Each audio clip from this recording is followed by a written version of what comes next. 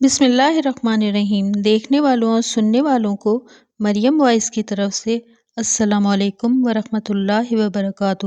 اگر آپ ہمارے چینل پر پہلی دفعہ آئے ہیں تو برائے مہربانی ہمارے چینل کو ضرور سبسکرائب کریں اور اگر ویڈیو پسند آئے تو اس کو لائک کر دیں۔ شکریہ۔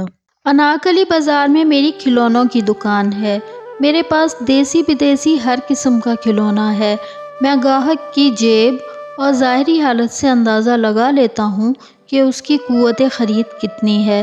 میرے پاس 100 روپے سے لے کر ہزاروں روپے والے کھلونے بھی موجود ہیں۔ کافی دنوں سے میں یہ نوٹ کر رہا تھا کہ کوئی مسلسل میری دکان کی نگرانی کر رہا ہے۔ مجھے شک ہوا کہ کوئی چور تو میری دکان کی ریکی نہیں کر رہا۔ آخر کار ایک دن میں نے اسے جا لیا۔ ارے یہ کیا، یہ تو کوئی بچی تھی 6-7 سال کی۔ ہلکے گلابی اور نیلے رنگ کے پھٹے ہوئے فراک اور پاجامے سے معلوم ہو گیا کہ وہ کوئی فقیرنی تھی۔ میں نے اسے ڈانٹ کر پوچھا، اوئے تو میری دکان میں کب گھسی؟ اس کا رنگ اڑ گیا، بیچاری تھر تھر کانپ رہی تھی، مگر مجھے کوئی ترس نہیں آیا۔ یہ سب فقیر جان کر اپنے بچوں کو ایسی حالت میں رکھتے ہیں تاکہ لوگ ترس کھا کر زیادہ بھیک دے دیں۔ دکان سے کوئی چیز تو نہیں اٹھائی؟ وہ نفی میں سر ہلانے لگی۔ اس کی آنکھوں میں آنسو بھرے ہوئے تھے۔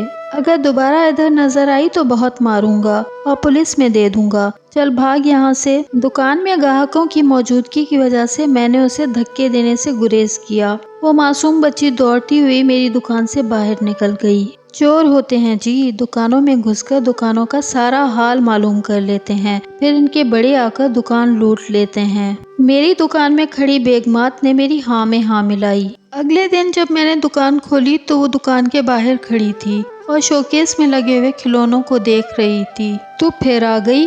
میں نے غصے سے اسے بولا۔ صاحب جی، ایک کھلونا کتنے دائے؟ یہ کھلونا کتنے کا ہے؟ اس نے پنجابی میں پوچھا۔ میں نے اسے جواب نہ دیا۔ وہ پھر بولی، صاحب جی تو ادھر سے جاتی ہے کہ نہیں؟ میں نے اسے بازو سے پکڑ کر پیچھے دھکیلا۔ گندے ہاتھ نہ لگانا شیشے کو۔ وہ زور کا جھٹکا لگنے سے گر گئی۔ کمزور سی تو تھی۔ وہ والا کھلونا کتنے دائے؟ اب کی بار اس نے دور سے اشارہ کیا۔ میں نے اسے بھگانے کے لیے رقم 3 گنا زیادہ بتائی۔ 20,000 روپے دا، 20,000 روپے کا۔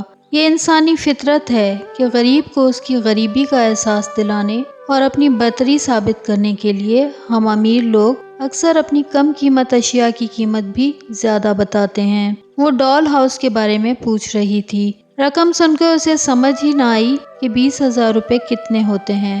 وہ دور کھڑی رہی۔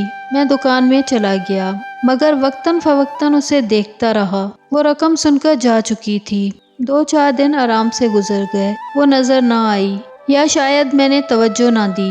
میرے ملازم نے مجھے بتایا کہ جب میں دوپہر کے ٹائم تھوڑی دیر کے لیے آرام کرنے کے لیے گھر جاتا ہوں تو کوئی بچی شوکیس کے باہر بیٹھ کر خیالوں میں ڈال ہاؤس کے ساتھ کھیلتی ہے اور مجھے آتا دیکھ کر بھاگ جاتی ہے۔ ملازم کی بات سن کر میں نے حیرت کا اظہار کیا۔ اگلے دن میں گھر جانے کی بجائے سامنے والی دکان میں جا کر بیٹھ گیا۔ وہ مقررہ وقت پر آئی اور شوکیس کے باہر بیٹھ کر اس نے پہلے ادھر ادھر دیکھا، پھر اشاروں سے کبھی ڈال ہاؤس میں موجود چیزوں کی جگہ بدلتی، گڑیا کو اوپر نیچے رکھتی۔ اس طرح کھیلتے کھیلتے اسے میرے آنے کا احساس ہوا اور وہ بھاگ گئی۔ وقت ایسے ہی گزرتا گیا۔ وہ اب بھی آتی اور کھیل کر چلی جاتی۔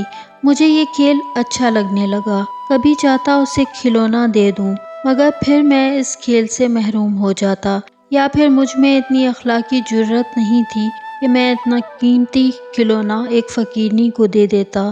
لیکن میں نے اس کا کھلونا نہیں بیچا۔ کئی گاہکوں نے مجھے کھلونے کی منہ مانگی قیمت بھی دینے کی کوشش کی، مگر میرا دل نہیں چاہا۔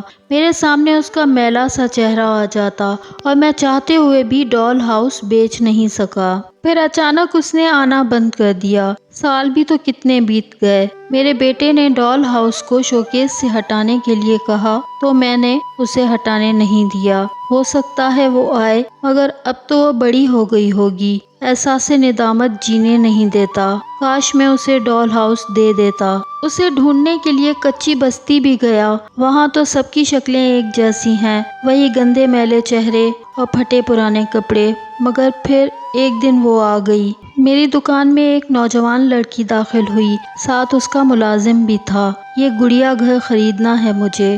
وہ بولی 20,000 اکٹھے کرنے میں کافی ٹائم لگ گیا مجھے، پر شکر ہے آپ نے اسے بیچا نہیں۔ اس نے غمزدہ مسکراہٹ کے ساتھ یہ جملہ بولا۔ ڈال ہاؤس بک چکا تھا اور قیمت تھی میرا تا حیات احساس ندامت۔